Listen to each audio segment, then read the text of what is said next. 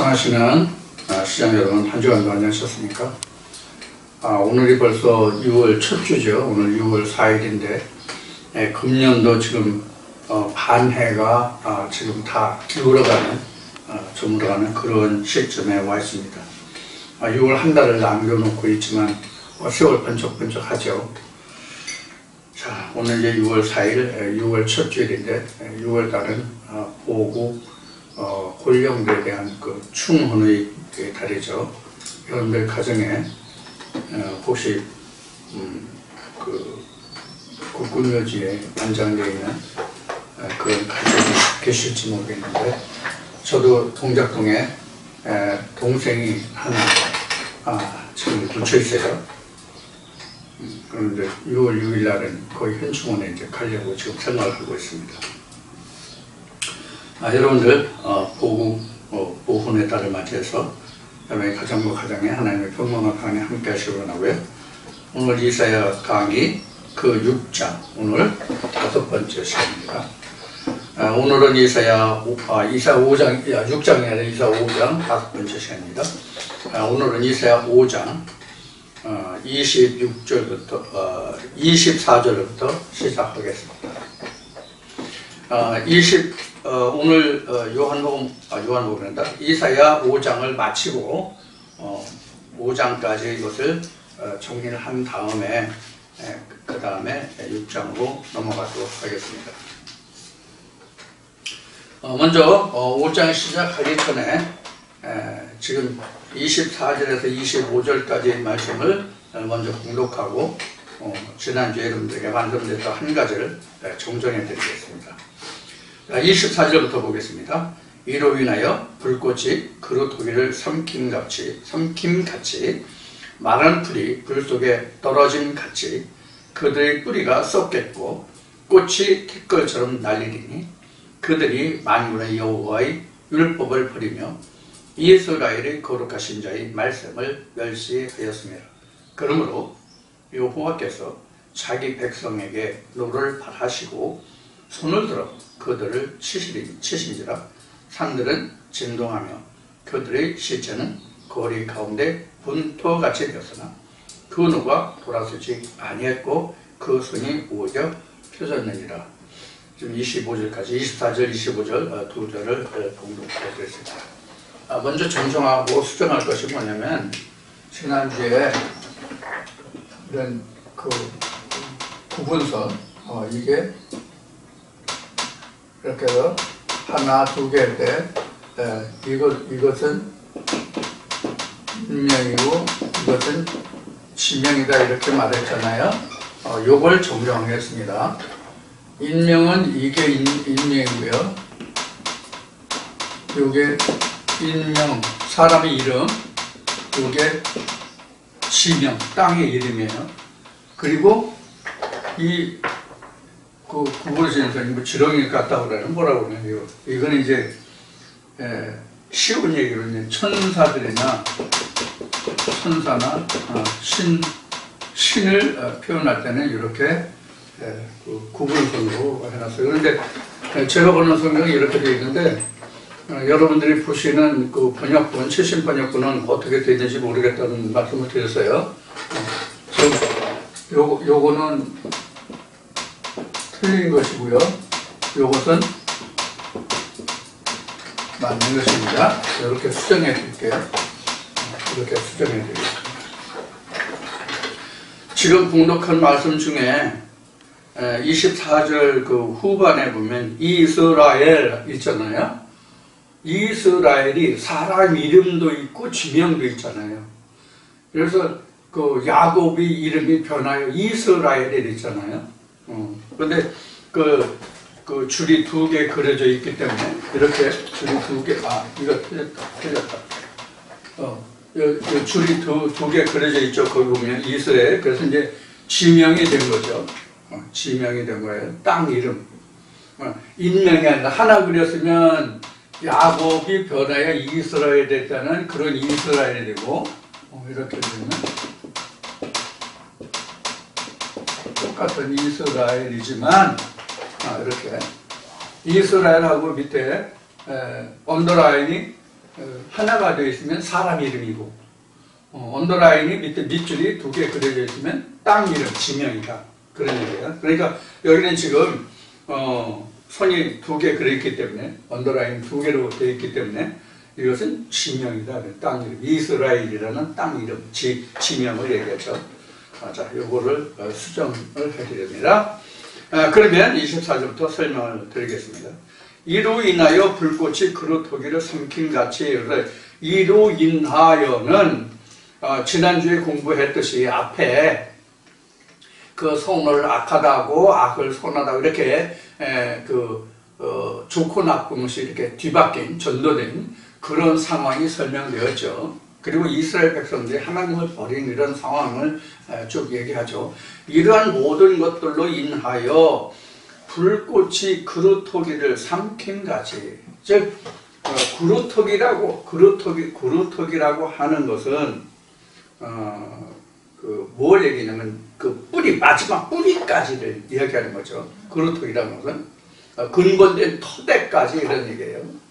그래서 그루터기까지 삼킴같이, 마른 풀이 불 속에 떨어짐같이, 이렇게 불 속에 떨어지면 던짐이에요. 그래서 예수가 그 포도나무 비유를 요한복음 15장에서 언급할 때에 포도나무가 가지에 붙지 않으면 말려버리고 말려져서 그것이 나중에 불에 태워진다 이렇게 얘기했죠. 마찬가지로 마른 풀은 불에 태워버리잖아요. 말랐다고 하는 것은 실제 마른 것을 얘기하는 게 아니에요.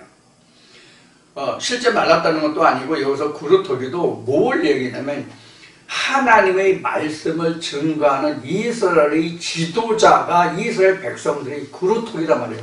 근원이란 말이에요. 근데 그 그루터기가 삼킴받고, 누구한테 삼킴받아요? 하나님께 삼킴바 되는 게 아니야. 사실은 하나님께 삼킴바 되는 것이 아니라 자기가 섬기는 이방 신에게 삼킴바 되는 거예요. 하나님이 이사야 5장을 시작하면서 극상품 포도나무가 들포도를 맺혔다고 설명했죠. 하나님이요.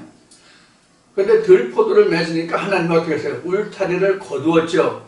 울타리를 거뒀다는 뜻이 뭐라고 그랬어요? 하나님의 보호하심이 없어진 거다, 이렇게 말씀드렸죠.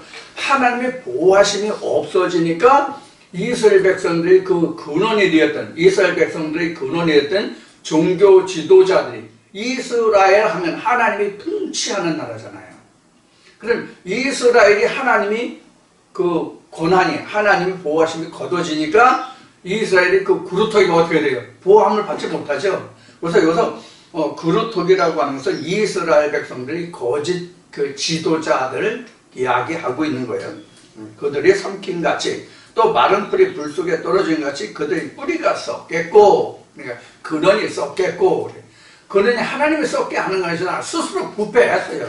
왜? 하나님을 떠났기 때문에. 하나님을 떠나면 죽은 거잖아요. 죽은 것은 부패한 거죠.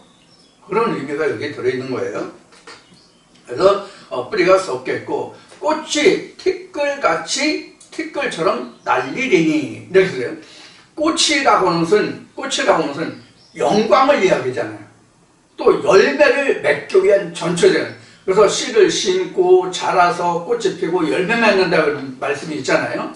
이와 같이 꽃이라는 것은 결국 그 나무든지 뭐든지 꽃이든지 간에 그 열매를 맺는 것이든지 뭐든지 간에 꽃이 안 피면 뭐가 없는 거예요? 열매가 없는 거죠. 그래서 꽃은 그 영광이란 말이에요. 그 나무의 영광이란 말이에요.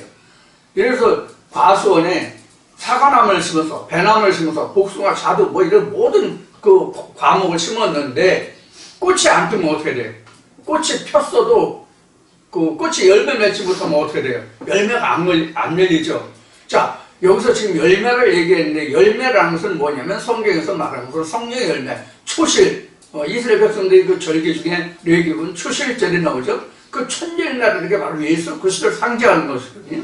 그래서 꽃이 여기서 꽃이 티끌처럼 날린다는 얘기는 그들이 아무리 영광을 말하고 하나님께 어쩌고 저쩌고 많은 것들을 해도 그것이 다 소용없는 거라는 얘기예요. 여기서 그 꽃이 티끌처럼 날리리니, 날린다는 얘기는 뭐예요? 바람이 있으니까 날리죠. 바람이 없으면 날리질 않죠. 꽃잎이 떨어진다와 날린다는 것은 다르죠. 그래서 날린다는 것은 바람이 있는 거예요. 그럼 바람이 뭐예요? 여러분 요한복음 공부할 때 바람이 뭐였어요? 니고데모가 저녁에 조용히 예수를 찾아왔을 때 성령을 막을 때 바람이 어디서 불어서 어디로 가는지라는 설명을 하죠. 그래서 이들 바람에 날린다는 얘기는 어디로 와서 어디로 가는지를 모르는 게 날리는 거예요. 요동하고 흔들리는 게 바람에 날리는 거예요. 날리리니 그들이 만군의 여호와가 율법을 만군의 여호와 율법을 버리며 이스라엘 거룩한 신자의 말씀을 멸시하였습니다. 그 이유가 나왔어요. 이유와 원인이 나왔어요. 그들이 왜 뿌리가 온전히 썩고 마른 불같이 타버린 불에 던져서 태워지며 왜 꽃이 날리며 그러한 원인과 근원을 지금 이사야를 통해서 하나님이 말씀하고 계세요. 뭐예요? 여호와를 떠났어요. 말씀을 멸시했어요. 그래서 그들이 이렇게 그루터기까지 다 삼킴받고 불태워짐받고 다 없다는 얘기예요. 자, 그래서 지금 그루터기와 꽃과 풀이 풀로 이렇게 설명했잖아요. 그러니까 그 그루터기에서부터 줄기에서부터 나무 가지까지 다 없어진다는 얘기예요. 이것은 뭐냐면 이스라엘 백성의 모두를 고화를 막론하고 그 모두가 다 멸망을 입을 것이다. 이런 의미가 들어있는 말씀이에요. 무섭고 두려운 말씀이죠. 자, 그런 말씀이 여기에 지금 들어있어요. 우리가 지금 이 말씀 속에 들어가서 하나님이 이사야를 통해서 왜 이런 말씀을 하셨는가, 이 속을, 그 뜻을, 하나님의 뜻을 읽어내지 못한다면, 그냥 읽고 무심히 읽고 지나가면 이게 무슨 말인지 몰라요. 여기에 얼마나 무서운 하나님의 그 진노가 숨겨있는지 모른다고요. 그 진노가 얼마나 무서운지 그 뒤에 한번 보자고요. 25절에. 자, 이스라엘 거룩한 자를 멸시한다고 됐죠. 25절. 그러므로 여호와께서 자기 백성에게 노를 발하시고, 노를 발했다고 돼 있죠. 노를 발하시고 손을 들어 그들을 치신지라.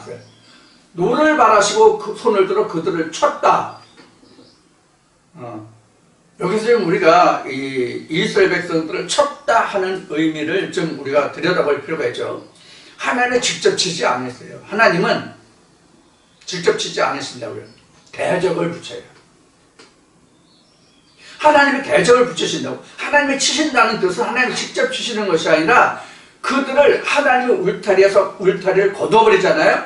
그럼 대적이 들어온다고. 예를 들면 사사기에 보면 이스라엘 백성들이 하나님을 잊어버리고 자기네들이 잘 먹고 잘 살 때는 어떻게 했어요? 자기네들끼리 살았잖아요. 이방신과도 교류하고 했잖아요.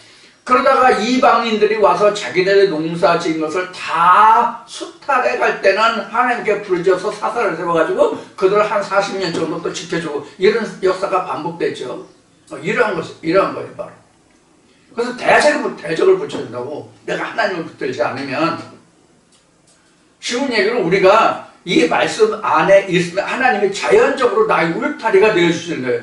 이게 창세기로 돌아가면 뭐가 같으냐면 아담의 그의 생기를 불어넣은 후에 뭐가 생겨요? 에덴 동산이 생기죠. 이 에덴 동산이 생겼다는 것이 바로 하나님이 울타리가 되어주셨다. 우리 보호자가 되어주셨다. 그런 뜻이란 말이에요.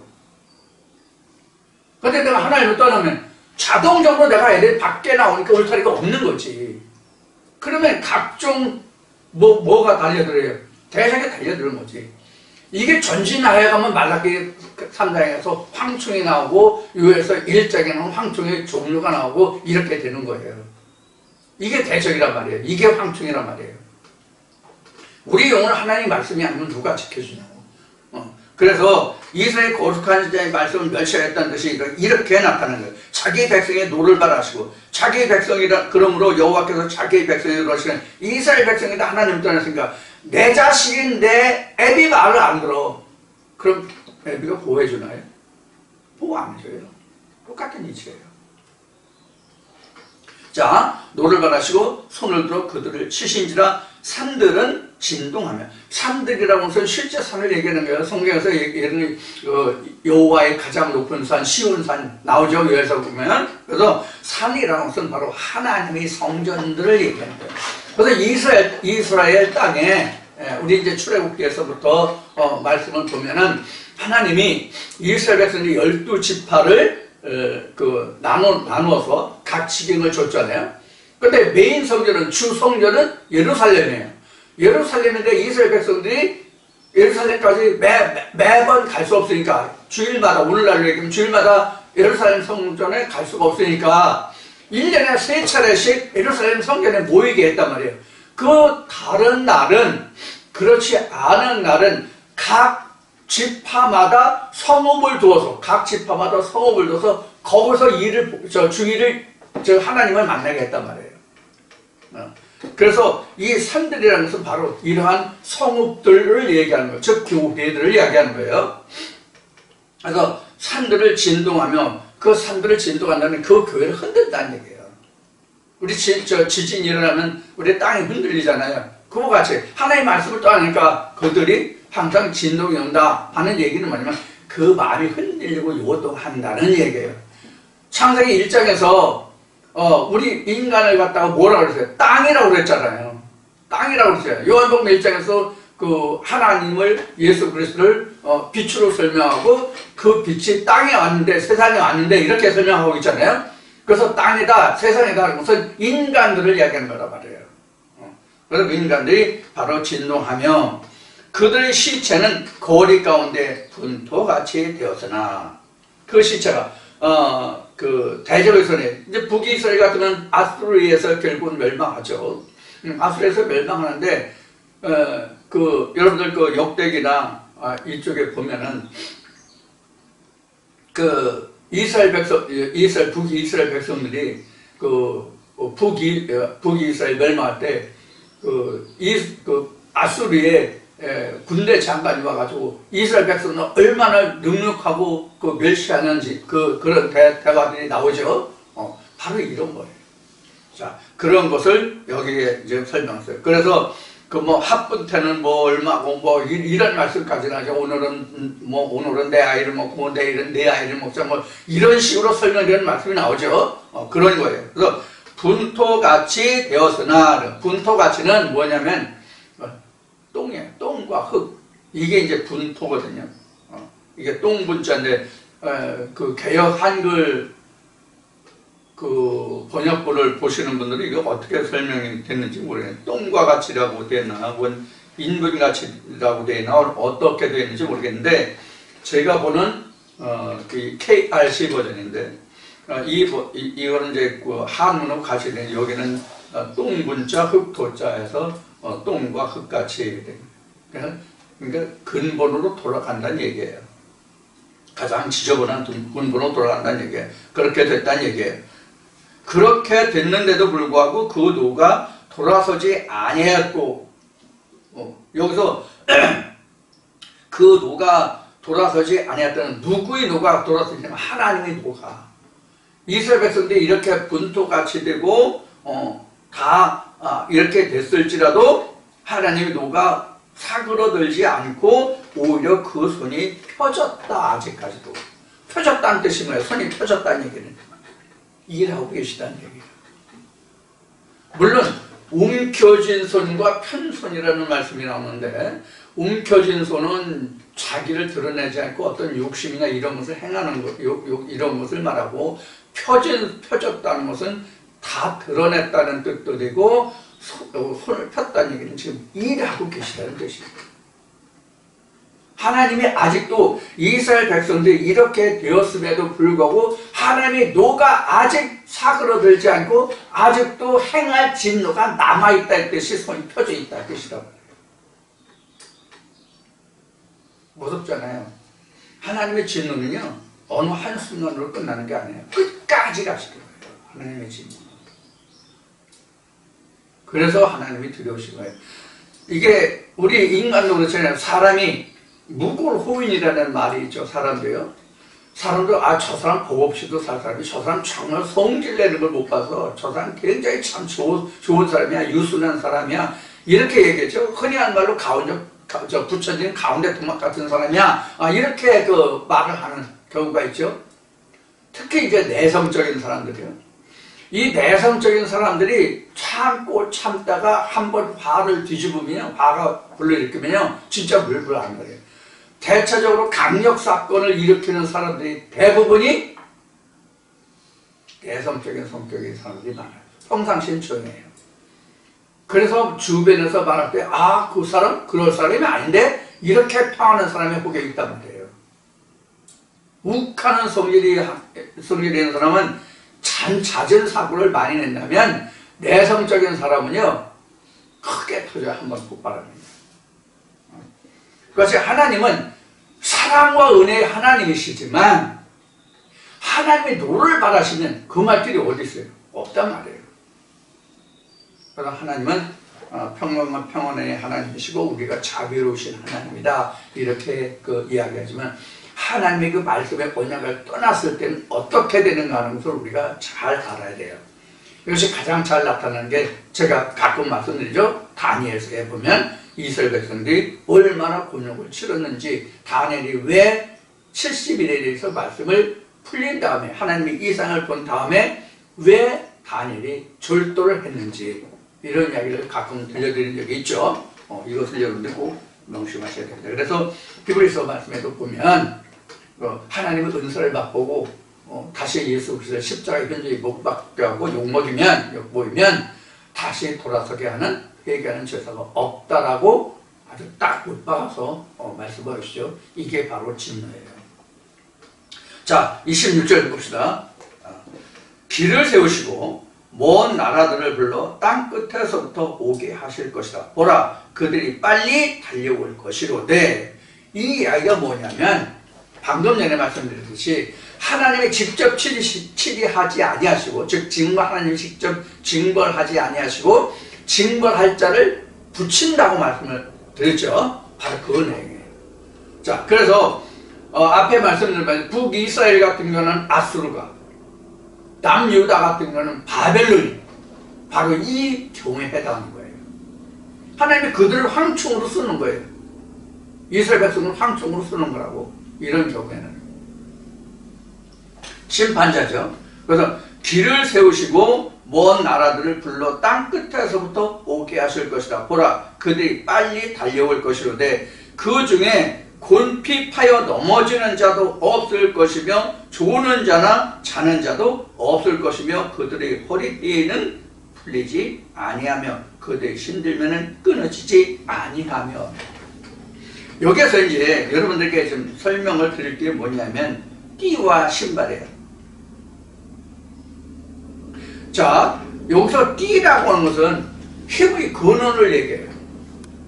여러분들 창세기 보면 아브라함과 그 자손들을 말할 때 자손들이 그 허리에 있을 때 이렇게 얘기하죠. 그 허리라는 것은 바로 힘의 근원, 원천을 얘기하는 거예요.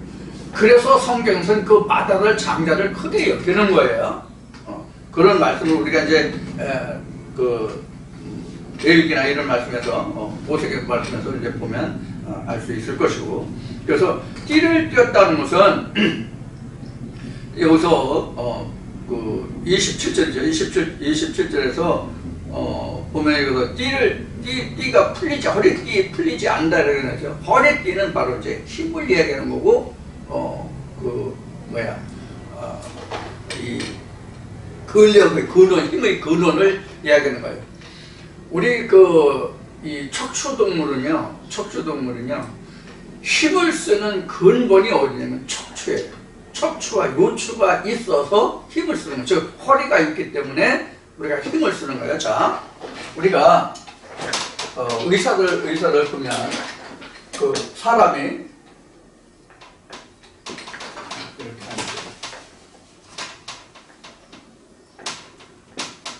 이렇게 있잖아요.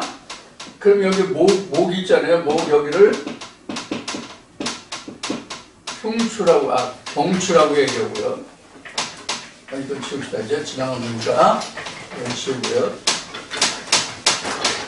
이 목뼈를 경추라고 얘기하고요. 여기 가슴뼈 있잖아요. 가슴뼈를 이걸 흉추라고 해야 되고요. 그 다음에 요 허리 부분을 요추라고 그래요. 근데 요 흉추, 요게 바로 뭐냐면 척추예요. 얘기하는 척추예요. 척추. 그러니까 모든 신경이 경추에서부터 요추까지 모든 신경이 여기 이 안에 다 들어있어요. 그래서 각 지체에 다 들어있어서 이것이 뇌와 연결돼요. 이걸 그래서 경추, 척추, 요추를 포함해서 우리가 기본적으로 해서 중추신경이라는 게 이거거든요. 그래서 이 발끝, 머리끝에서 발끝까지 이 중추를 통해서 중추 속에 신경이 다 연결되어 있어요. 모든 각 조직에. 근데 사람이 힘을 쓰는 것은 경추가 있고 요추가 있기 때문에 힘을 쓸 수 있어요. 우리 몸을 굽히고 펴고 좌우로 돌리고 목도 앞으로 펴고 앞뒤로 움직이고 좌우로 움직일 수 있는 게 바로 요추가 있기 때문이에요. 이 흉추와 경추와 요추의 차이점은 뭐냐?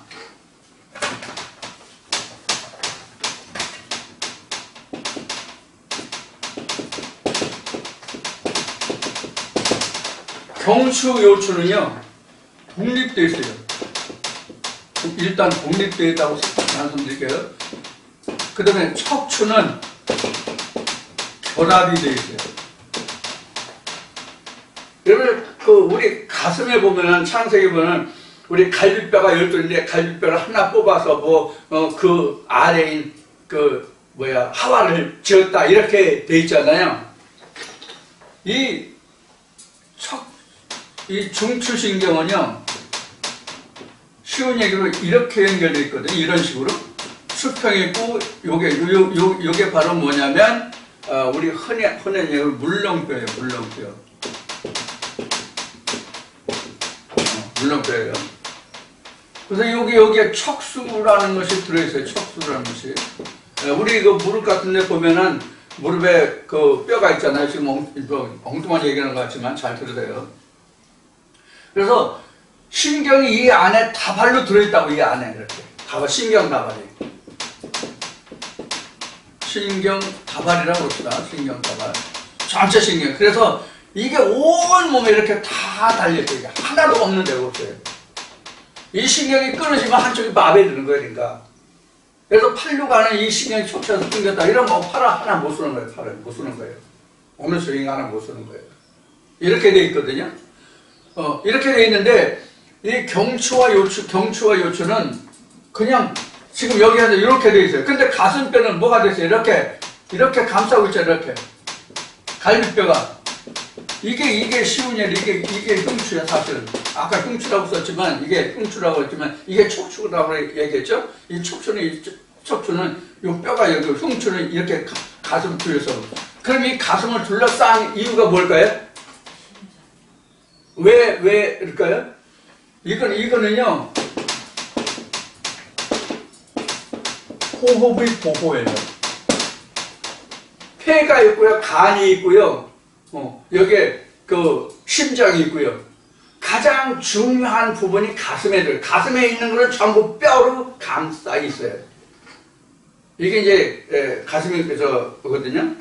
그런데 힘을 쓰는 것은 앞에도 얘기했듯이 요추, 가슴에 이렇게 척추와 흉추가 이렇게 서로 맞물려 있기 때문에 이거는 움직일 수가 없어요. 뭐 때문에 움직여요? 가슴, 우리 상체를 움직일 수 있는 게 요추 때문에 움직일 수 있어요. 요추 때문에.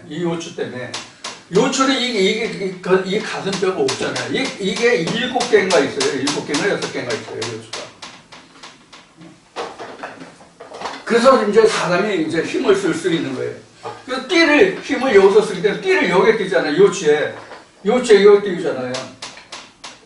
그래서 요추라는 것은 상반신과 하반신이 분리 지점이에요. 나눠지는 지점이에요. 그래서 여기서 허리띠라는 것은 여기서 뭐를 얘기하면 힘을 얘기하는 거예요. 그럼 이 힘을 누가 줬다는 얘기예요? 하나님이 이들에게, 즉 이스라엘 백성은 하나님의 그 율법을 떠난, 쉽게 얘기해서 하나님의 율법을 떠난 그들에게 대적으로 붙여줬단 말이에요. 하나님이 그들의 후원자가 됐기 때문에 이들의 띠가 이렇게 풀리지 않고 계속 강하게 있다는 뜻이에요. 그래서 그들이 죽는 자도 없고 넘어지는 자도 없고 이렇게 되어 있는 거예요. 자, 여기서 우리가 생각해 볼 게 뭐냐면 이스라엘 백성들이 가나안 정복 때 그 가나안 본토 족속들을 이스라엘 백성들이 정벌해 나갔잖아요. 자, 이스라엘 백성들이 가나안 본토 족속을 정벌해 나갈 때에 하나님이 앞서 행하셨다는 기록이 나오죠. 하나님이 앞서 행하시면 그 전쟁에서 이기는데 하나님께 묻지도 않고 자기네들이 가면 대패한 기록이 성경에 나와야 안 나와요? 나오지 않아요. 여호수아서 보면 잘 나와요. 그게. 바로 이런 경우란 말이에요. 그래서 이렇게 그 허리띠를 풀리지 않게 한다, 신들면은 끊어지지 않는다는, 우리가 달려갈 때 이 신은 그 복음을 또 의미하거든요. 이 복음. 그래서 여러분들 우리 잠언인가? 잠언인가? 거기를 보면 그 신을 가지고 신발 가지고 조상들의 그 빚졌던 거 이런 걸 탕감하고 그 조상들의 땅을 다시 회복하는, 권한을 회복하는 그런 거가 나오죠. 이게 힘의 원천, 복음의 원천, 그 조상의 근본을 다시 회복하는 그런 의미가 바로 이 신이거든요. 그래서 이렇게 신이라는 것은 내가 걷고 행하는데 신이 없으면 우리가 걸을 수가 없잖아요. 멀리 갈 수도 없고요. 그래서 힘의 원천으로 여기서는 이야기하고 있어요. 자, 28절에 그들의 살은 날카롭고, 이 살이라는 것은 화살을 얘기하는 거예요. 이 사람 살 얘기하는 게 아니고 그들의 살은 날카롭고, 그래서 활축이 쏘는 사람이 그 힘이 있어서 아무리 장사가 쏜다고 할지라도 활축이 예리하지 않은, 날카롭지 않으면 표적을, 관역을 꿰뚫을 수가 없잖아요. 대적을 꿰뚫을 수가 없잖아요. 그래서 이 살은 날카롭고 모든 활은 당겨졌으며 그랬어요. 자, 모든 활은 당겨졌다는 뜻은 지금 전쟁 준비가 완전히 갖춰졌다는 뜻이에요. 그러니까 이스라엘 백성들은 완전히 너희들은 지금 대적의 손에 이렇게 붙여졌다는 것을 지금 강력하게 시사하고 있는 이야기예요. 그래서 여기서 그들의 살은 날카롭고 그 모든 활은 당겨졌으며 그 발굽은 부싯돌 같고. 자, 이때 당시에 전쟁의 가장 큰 무기는 병거죠. 마병대죠. 그렇죠? 그래서 말이 있어야만 사람이 지치지 않고 짧은 시간에 먼 거리를 갈 수 있고, 가장 큰 군대 무기가 이때 당시는 말과 병거였단 말이에요. 말을 타고 간 기병 또는 말에다가 전쟁 무기를 싣고 가는 그런 그가 이제 병거죠. 마병대 병거죠. 그래서 그런 것을 지금 의미하고 있어요. 그래서 말굽이 부싯돌 같다는 얘기는 그걸 보고 뭐라 그러나, 말굽에 쇠 같은 거 박는 것을 우리 징 박는다고 얘기했는데, 진좌라고 그러나 뭐라고 그러나 징 박는다고 그랬거든요. 그 말발굽에 징을 달아야만, 쇠붙이를 달아야만 그 말이 멀리 뛸 수 있고 그 발톱이 망가지지 않고 멀리 갈 수 있거든요. 그 말이 발톱이요 굉장히 잘 자라더라고요. 보니까 유튜브에 보면 말이 이 말발굽이 잘 자라가지고 자주 말발굽을 다듬고 깎아가지고 징을 다시 박아주고 이렇게 해야 되거든요. 그래서 여기서 말발굽이 부싯돌 같다는 얘기는 이때 철기 문화가 얼마나 발달했는지 모르겠지만 하여튼 그만큼 단단하다. 부싯돌보다는 사실 새가 더 단단할 텐데 이것은 부싯돌 같이 단단하다. 이렇게. 그러니까 강하다, 준비했다. 이제 의미로 여기에서 지금 쓰고 있어요. 말발굽은 부싯돌 같고 차바퀴는 여기서 차바퀴라고 했는데 이때는 오늘날 우리가 이용하고 있는 그런 자동차를 얘기하는 것이 아니라 이거는 병거예요. 마병이에요. 병거. 말이 끄는 그런 이제 달구지 같은 거죠. 그런 거예요. 여러분들 배너 영화 보면 말이 끄는 그가 있죠. 그래서 사륜거, 이륜거 뭐 이렇게 해가지고 나오죠. 그런 걸 말 2피리 끄는 거, 4피리 끄는 거 이렇게 이제 나오죠. 그런 것을 연상하시면 됩니다. 그래서 차 바퀴는 해리바람 같을 것이며 여기서 해리바람 같다는 얘기는 그만큼 빨리 달린다는 얘기예요. 바퀴가 바람을 내면 먼지가 일어나잖아요. 그와 같이 해리바람 같을 것이며 그 부르짖는 것은 암사자 같을 것이요. 여기 부르짖는 것이 암사자 같다는 얘기는 사냥하는 사냥감을 쫓아서 사냥감을 향해서 달려가는 사자의 울부짖는 모습을 이야기하는 거예요.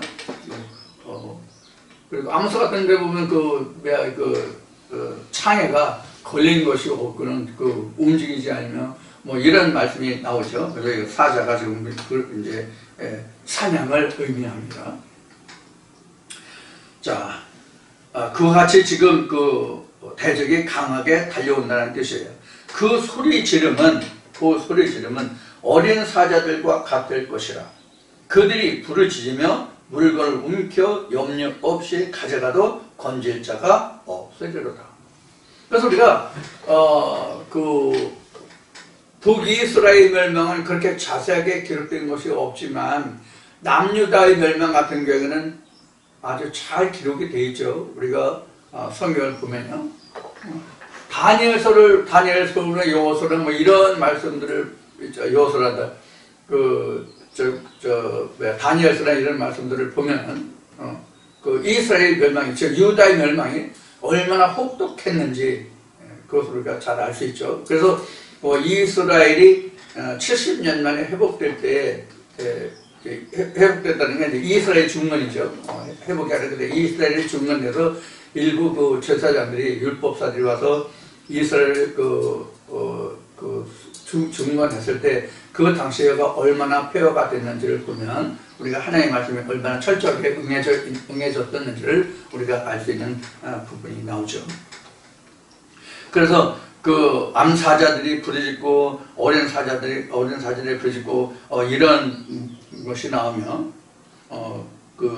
여기에 움킨 것이 나오는데 움킨 것 그래서 움켜 염려 없이 가져가도 부르짖을 자가 없다 이렇게 되는데 여기서 사자가 이게 등장한 이유는 뭐냐면 사자의 특성이 우리 개가 물면 잘 놓지 않잖아요. 한번 물면요.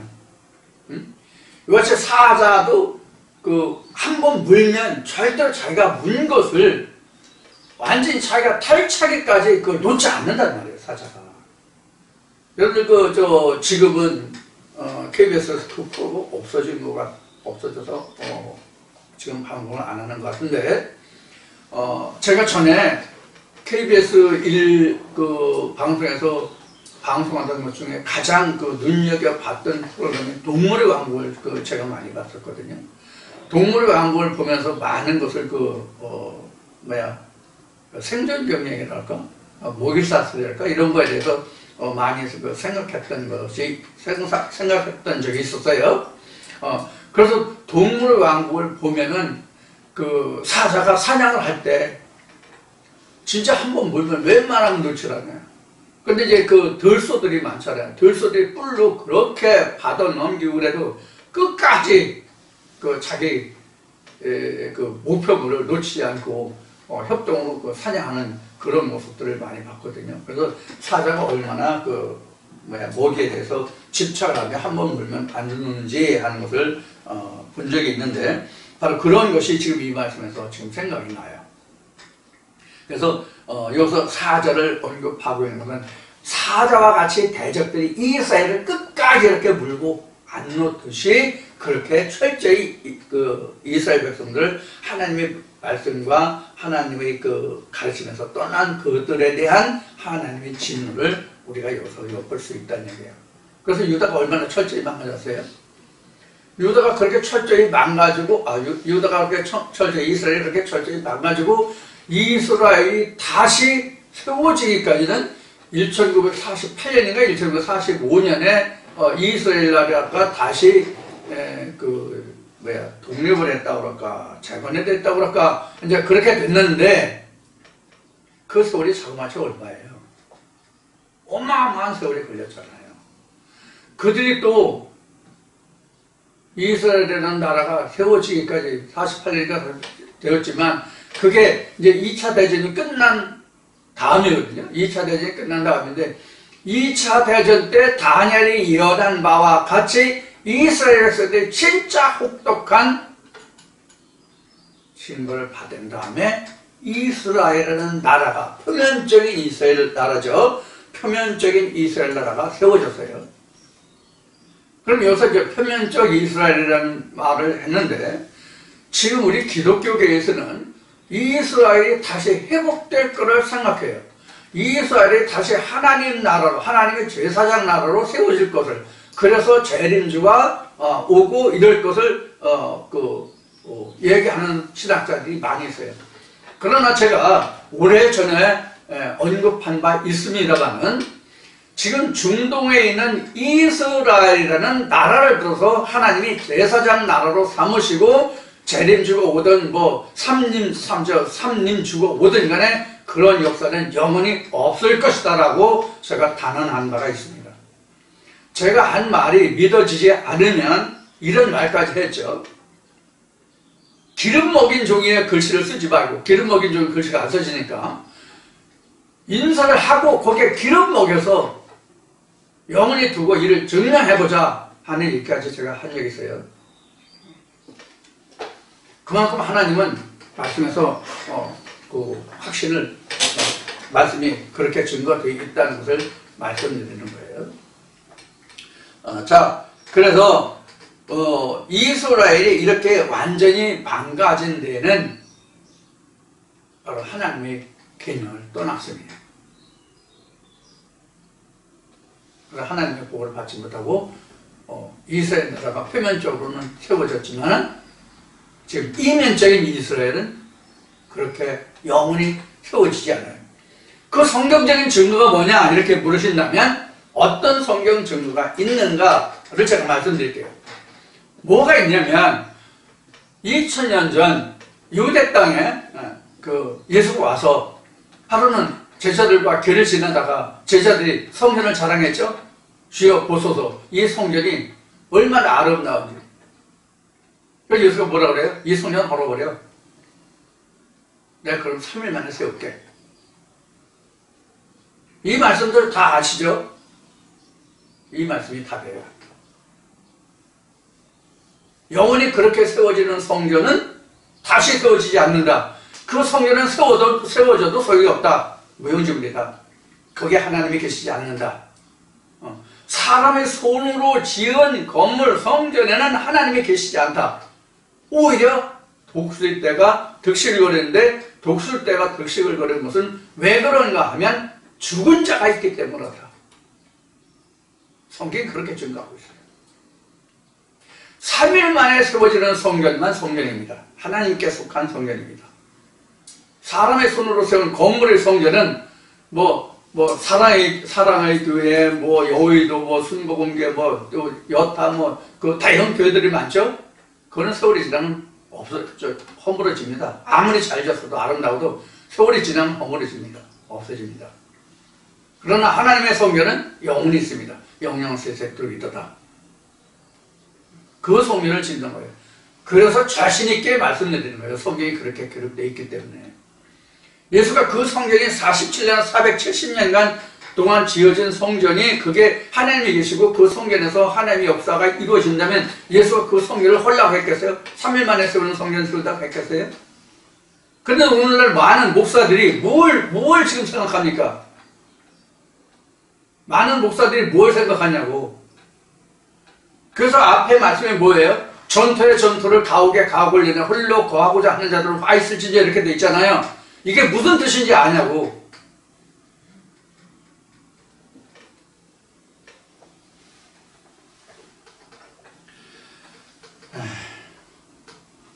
자,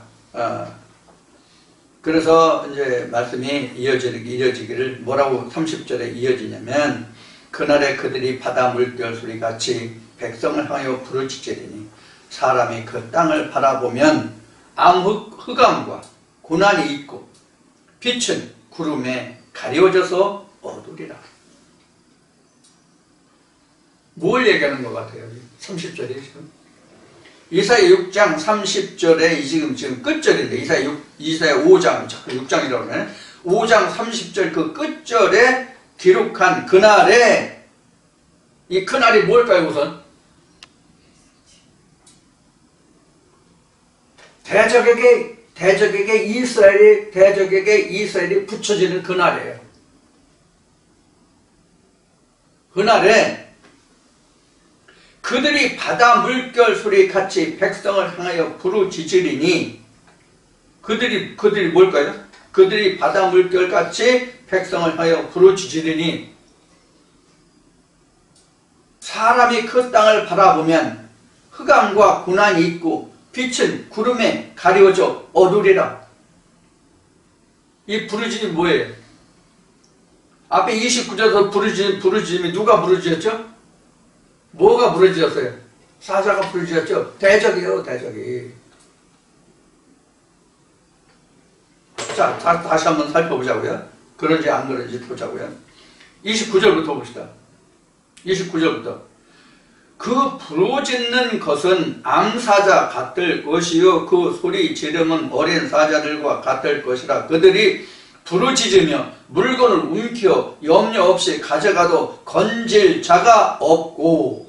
30절에 그날에 이렇게 움켜쥐고 한 날 부르짖을 자 아무도 건질 자가 없을 때에, 그날에 그들이 바다 물결 같이 백성을 향하여 부르짖으리니, 멸망해가는 움켜질 먹잇감을 향해서, 이후다 백성 이스라엘 백성들 향해서 이렇게 부르짖을 때니, 사람이 그 땅을 바라보면, 다른 이방인들이죠. 바라보면 흑암과 고난이 있고, 흑암과 고난이 있다고 여기 돼 있죠. 그러니까 흑암이라고 하는 얘기는 미래가 보이지 않는다는 뜻이에요. 희망이 없다는 뜻이에요. 흑암과 고난이 있고 빛은 구름에 가리워져서, 이 빛이 뭐예요? 여기서 빛의 상징이 뭐예요? 하나님은 구름에 가려져서, 이 구름에 가렸던 이 구름이라는 뜻이 뭐냐면 흑암과 고난이에요. 이게 이제 이스라엘 백성들에게 이게 바로 구름이란 말이에요. 우리도 말할 때 염려 근심이 가득 찬 사람은, 야, 너 구름이 가득 꼈어, 이런 얘기 가끔 하죠. 네 표정이 굉장히 어두워. 뭐 구름이 잔뜩 꼈다, 야, 왜 그러냐? 이런 얘기를 하죠. 똑같은 맥락, 똑같은 이치예요. 지금 이스라엘 백성들에게 지금 낙이 뭐예요? 하나님이 유다를 바벨론 손에 붙일 때, 하나님이 이스라엘을 아수르 손에 붙일 때 이들이 희망이 있었어요. 그래서 에레미야 선지자를 얘기했지만, 에레미야가 차라리 너희들 손들고 바벨론 느부갓네살에게 항복해서 차라리 네 목숨이라도 건져라, 죽지 말고 화를 당하지 말고, 이렇게 권면했잖아요. 에레미야가.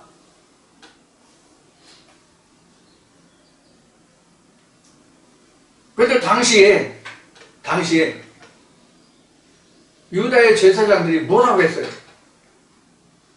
유다의 제사장들이 뭐라고 그랬냐고, 에레미야에게요. 하나님이 우리를 바벨론의 대적의 손에서 건질 것이라고 우리에게 하나님이 예언해 주셨고 그 몽사를 줬는데, 에레미야는 어디서 거짓 하나님을 만나가지고 우리가 왜 바벨론에게 친다, 우리에게 바벨론 몽해를 내라고 하느냐, 느부갓네살 왕에게 우리 항복하라고 하느냐. 그 에레미야가 얼마나 고난과 순환을 많이 당했대요. 에레미야가 그 옥에 갇혀서 그 자기 그 서기관인 바룩이가 바룩이가 벼룩인가 봐요. 자기 서기관한테 그 내용을 써서 왕과 제사장들에 가서 그저 하라 그러면 어떻게 했냐고 그들이.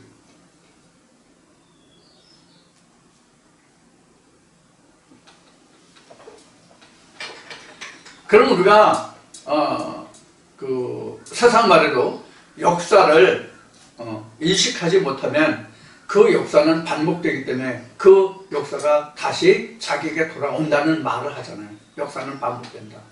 이런 얘기를 하잖아요. 그러면 우리는 이러한 성경의 우리 믿음의 조상들이, 믿음의 선진들이 어떻게 하나님을 섬겼으며 어떻게 하나님의 말씀을 청정하고 순종했으며 또 어떻게 그들이 하나님을 배반하고 돌아섰으며 이러한 역사를 통해서 우리는 무엇을 배워야 돼요? 이러한 우를, 이러한 잘못을 다시는 일어나지 않게 해야 되는 것이 믿음의 사람들이 해야 할 당면 과제예요. 그런데 성경의 동서고금을 통해서 지금까지 그렇게 됐냐고. 안 됐잖아요.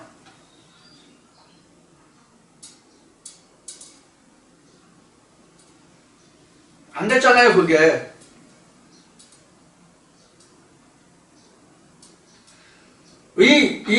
하나님의 말씀을 떠난 이 역사의 기록을 보면 어디에서부터 우리가 이 역사의 기록을 찾아볼 수 있냐면 창세기 2장 3장이란 말이에요. 이것을 지금과 비교해서 창세기 2장 3장을 설명한다면 하나님은 선악과를 따먹지 말라고 그러고 뱀들은 어떻게 했어요? 따먹고 괜찮아. 야, 하나님이 따먹으면 죽는다고 그래? 아, 괜찮아, 안 죽어. 너 하나님 같이 될까봐 걱정해서 따먹지 말라고 한 거야. 이게 무슨 대화 같아요? 무슨 대화 같으냐고요, 이게? 지금 이 장면이 그런 장면이라고, 지금. 하나님과 이스라엘 백성들 간에 지금 이러한 장면이라고, 지금. 응? 지금 이사야서를 하고 있고 에레미야서가 아니지만 이사야나 에레미야가 똑같은 과정이라고 지금 말하는 게 창세기 2장 3장과 같은 뜻을, 의미를, 내용을, 상황을 설명하고 있다고요.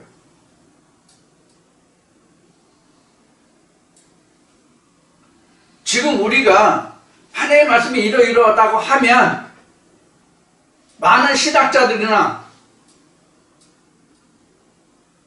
많은 목회자들이 과연 네 말씀이 옳다고 하는 사람이 몇이나 있냐고. 성경에 기록된 대로 누가 우리 전한 바를 믿었고 옳다고 시인했느냐. 그래서 예수가 누구의 손에 죽었다? 목사들의 손에 의해서 죽었다. 그런데 오늘 어떻게 핑계댄다? 누구한테 고난을 받아서 죽었다고?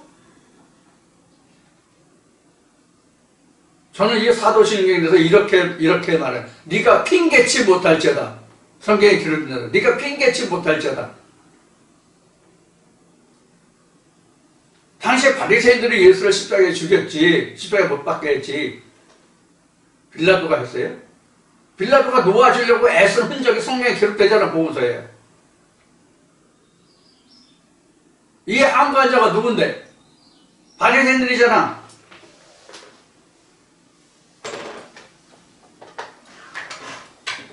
그 알량한 제사장직 유지하려고, 자기네들 밥그릇 유지하려고.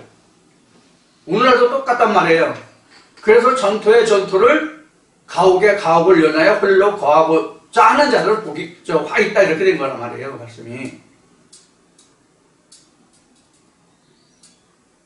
여기서 좀 이제 이 시간 끝나면 5장까지 그 한 거를 조금 이제 그 5장 한 거를 좀 정리를 좀 하겠지만, 한 시간 동안 전화하겠다고 말씀을 드렸어요. 전화하겠지만 우리가 지금 이러한 상황에 있다고. 근데 이거를 우리가 들여다보지 못하고 있단 말이에요. 아주 더 극적인 예수가 한 말을 우리가 인용해보면 예수가 이렇게 말하죠.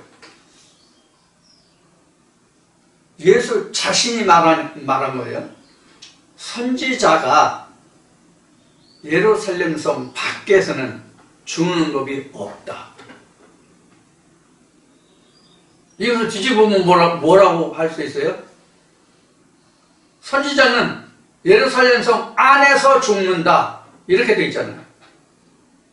뒤집으면 선지자가 예루살렘 밖에서는 죽는 법이 없다면, 그걸 뒤집으면 선지자는 예루살렘 성 안에서 죽는다잖아.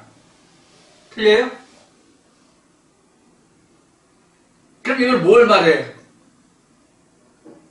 바리새인들이 예수를 십자가에 못 박았은 것 같이 오늘날도 목사들이, 목회자들이, 성직자들이 자칭 하나님을 섬기는 예법이라고 하면서 예수를 십자가에 못 박는다, 선지자를 죽인다가 되잖아요. 제 친구가 틀려요? 성경이 그렇게 기록되어 있는데 틀리냐고. 자, 그래서 이 30절 말씀은 그날에 그들이 바다 물결 소리같이 백성을 향하여 부르짖으리니 사람이 그 땅을 바라보면, 모든 땅이에요. 멸망하는 유다와 이스라엘이죠. 바라보면 흑암과 고난이 있고 빛은 구름에 가리워져서 어두리라. 이 빛은 하나님의 상징이란 말이에요. 하나님이 보이지 않아. 하나님이 보이지 않아. 그래서 이들은 뭐라고 했을 것 같아요? 염려하지 마, 근심하지 마. 모든 것은 하나님께밖에, 하나님이 우리를 구원해 줄 거야. 이랬을 거란 말이에요.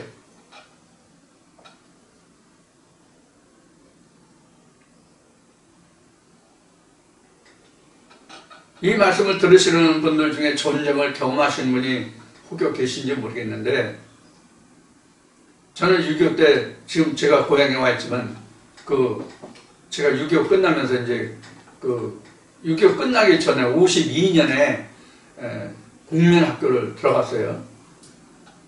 그때 당시에 이제 그 전쟁의 와중이죠. 집 앞에 학교가 있었어요. 직선거리 한 500여 m, 1km도 안 돼요. 그 운동장에서 인민재판을 했다고.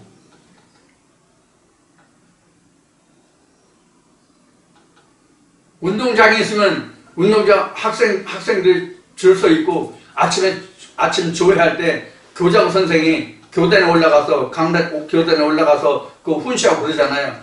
그 교단 옆에 사람을 엎드려 놓고 양쪽에서 사람이 목으로 사람 때려 죽이는 그 광경이 지금도 눈에 선하다고.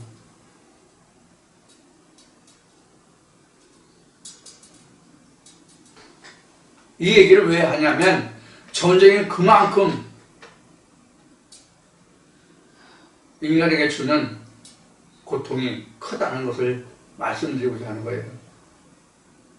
지난주에도 언급을 했지만은 전쟁 하면요 가장 참혹한 처참한 것이 여자들이에요. 이용당하도록 당하고 결국 끝에 가서는 좋은 꼴을 못 보거든. 지금 여기도 보면 그래서 흑암과 고난이 있고 빛은 구름에 가려서 어둡다고 되어 있어요. 이 구름은 성경에 여러 가지 뜻으로 나와요. 우선 이스라엘 백성들이 출애굽 당시에 하나님이 구름이라는 것은 낮에는 하나님이 구름 기둥으로 이렇게 이스라엘 백성들을 인도했죠. 그래서 구름이 머무는곳에 이스라엘들이 거기서 진을 치고 있었고요. 다시 구름이 바라면 또 이제 상대적으로 또 낮에는 그렇지만 밤에는 불기둥으로 이렇게 여러분들이 아시는 그런 구름도 있죠. 그 다음에 구름은 또 뭐 역할을 하냐면 비를 내리는 역할을 하잖아요. 구름은 비를 내리는 역할을 하잖아요. 이스라엘 백성들에게 구름에서 비가 내서 구름이 비가 내린다는 그 의미는 바로 뭐냐면 이스라엘 백성에게 은혜를 내린다는 얘기예요. 은혜를 내린다는 얘기. 그래서 가장 대표적인 게 열왕기 보면은 보면 18장에 갈멜산에 엘리야의 역사가 나오죠. 바알신하고 그래서 그 수년 동안 비가 오지 않다가 갈멜산에서 엘리야가 바알의 신과 대적해서 이긴 후에 그 이스라엘에 비가 내리는 그런 장면이죠. 이 비가 바로 은혜의 단비란 말이에요. 여러분들 지금 은혜의 단비를 지금 읽고 있는 거예요. 그동안 여러분들 몇 년 동안 신앙생활을 하면서 지금 이런 말씀 듣지 못하셨잖아요. 그럼 지금 이런 말씀 들으면 지금 하나님의 은혜의 구름이 여러분들에게 지금 하나님 은혜의 단비를 내리고 있는 거거든요. 이게 요한계시록 하면 뭐가 되냐면 하나님의 하늘의 장막이 땅에 내려서 사람과 함께 한다는 뜻이에요. 그래서 우리가 천국은 가는 게 아니라 천국은 임하는 거다 그런 얘기예요. 우리 천국 간다고 그러죠. 이건 노예요. 노가 아니라 네버라고. 천국은 가는 게 아니라 임한다고. 하나님이 내게 오신다고. 여러분들 찬송에 뭐 부활절인가 어디 성령이 강림하셨냐 하잖아. 찬송. 강림이 뭔데? 위에서 아래로 내려오는 게 강림이잖아. 요한계시록 21장에 그랬어 있잖아. 하나님 하늘의 장막에 땅 내려서 사람과 함께 거한다고. 그런 게 앞에 얘기한 예수가 말한 3일 만에 세우는 성령이란 말이에요. 근데 무슨 천국을 가 천국 임하는 거지. 천국은 가는 게 아니라 임하는 거라고.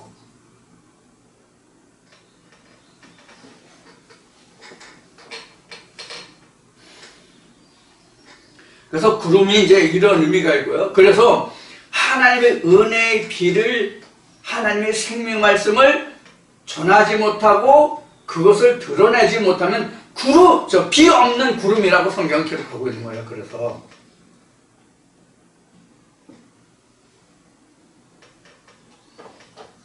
또한 구름이라고 하는 것을 구름이나 열기 같은 건 또 뭐 하나님의 임재나 하나님의 그 영광을 드러내는 거예요. 우리 사도행전 보면 예수가 구름 타고 올라갔다고 그랬죠. 이 말씀을 들으시는 분들 중에 우리 이런 얘기를 한번 하자. 며칠 전에 우리 나로 3호 쌓아 올렸잖아요. 며칠 전에 나로 3호 쌓아 올렸잖아. 성공했잖아요. 그러면 나로호가 인공위성이라고 그럽시다. 설명을 좀 봅시다. 이거 좀 구름이라는 이 허황된 얘기를 하기 때문에 지금 설명을 드리는 거예요. 우리가 진짜 중학교도 안 나온 사람이라면 혹시 이것을 잘 이해를 못할지 모르지만 적어도 중학교 이상 다녔으면 이걸 이해하실 거예요.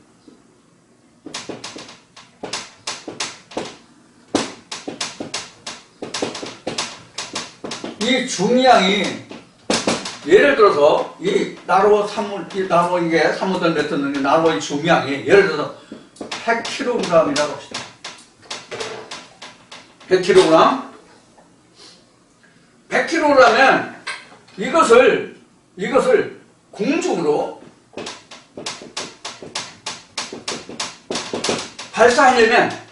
공중으로 발사하려면 이거 그냥 발사돼요? 그냥 발사되냐고. 뭐가 필요해요? 연료가 필요하죠, 연료. 왜? 추진력이 필요하니까. 100kg을 쏘아 올리고자 하는 추진력이 필요하니까 밀어줘야 될 거 아니야. 쏘아 올리려면 평면으로 밀어도 추진력이 필요하고 공중으로 쏘아 올리려면 더 큰 추진력이 필요하겠죠. 근데 이거 100kg을 예를 들어서 1000km 상공으로 쏘아 올리려고 그래. 그러면 100kg 곱하기 1000kg이라는 이 무게와 거리를 계산하면 연료가 몇 톤 아니면 몇백 킬로그램 이렇게 나올 거라고.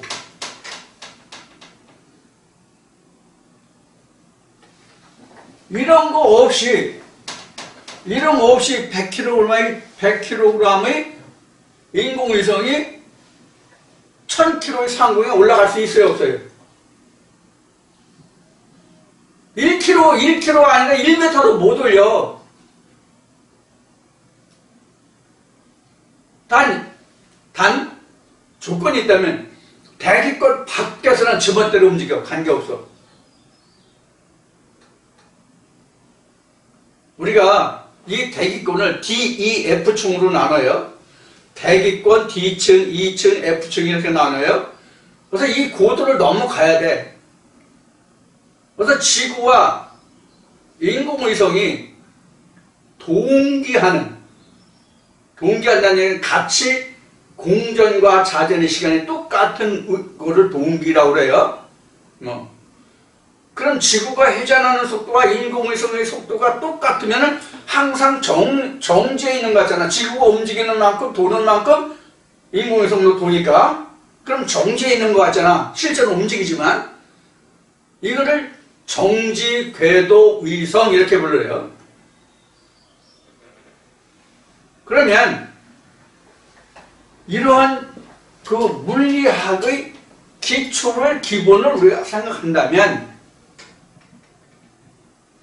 우리가 부활해서 사도행전 1장 예수 그 구름 타고 올라갔다는 것에서 설명하는 거예요. 그러면 우리가 지금 육신이 예를 들어서 보통 기준으로 해서 60kg라고 합시다.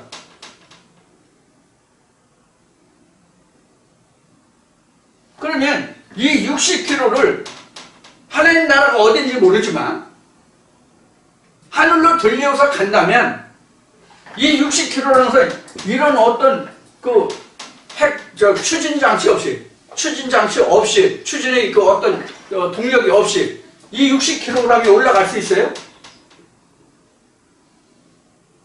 하늘 나라가 어디까지인지 모르는데 그 무한한 거리를 올라갈 수 있냐? 벌써 올라갈 수 있냐?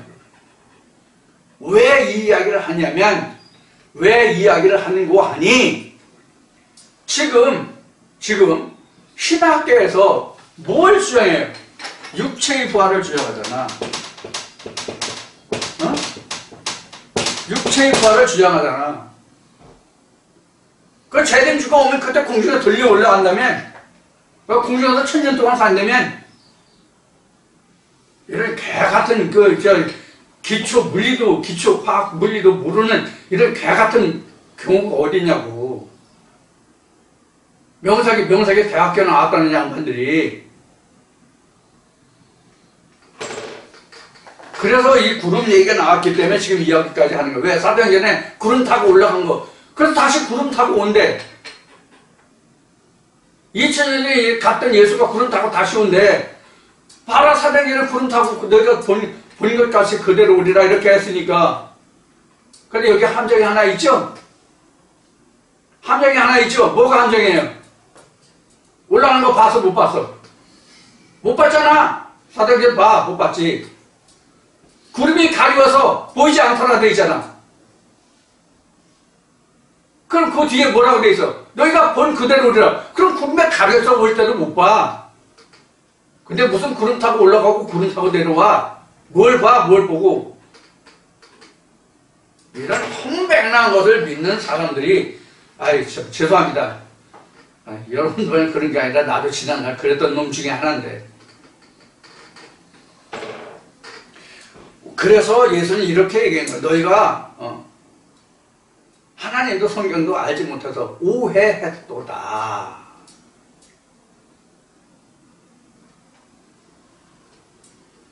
제 얘기한 거 아니에요. 성경에 그렇게 기록된 걸 지금 이런 세상적인 예를 들어서 지금 여러분들이 이해할 수 있도록 설명한 거예요. 지금 제가 손에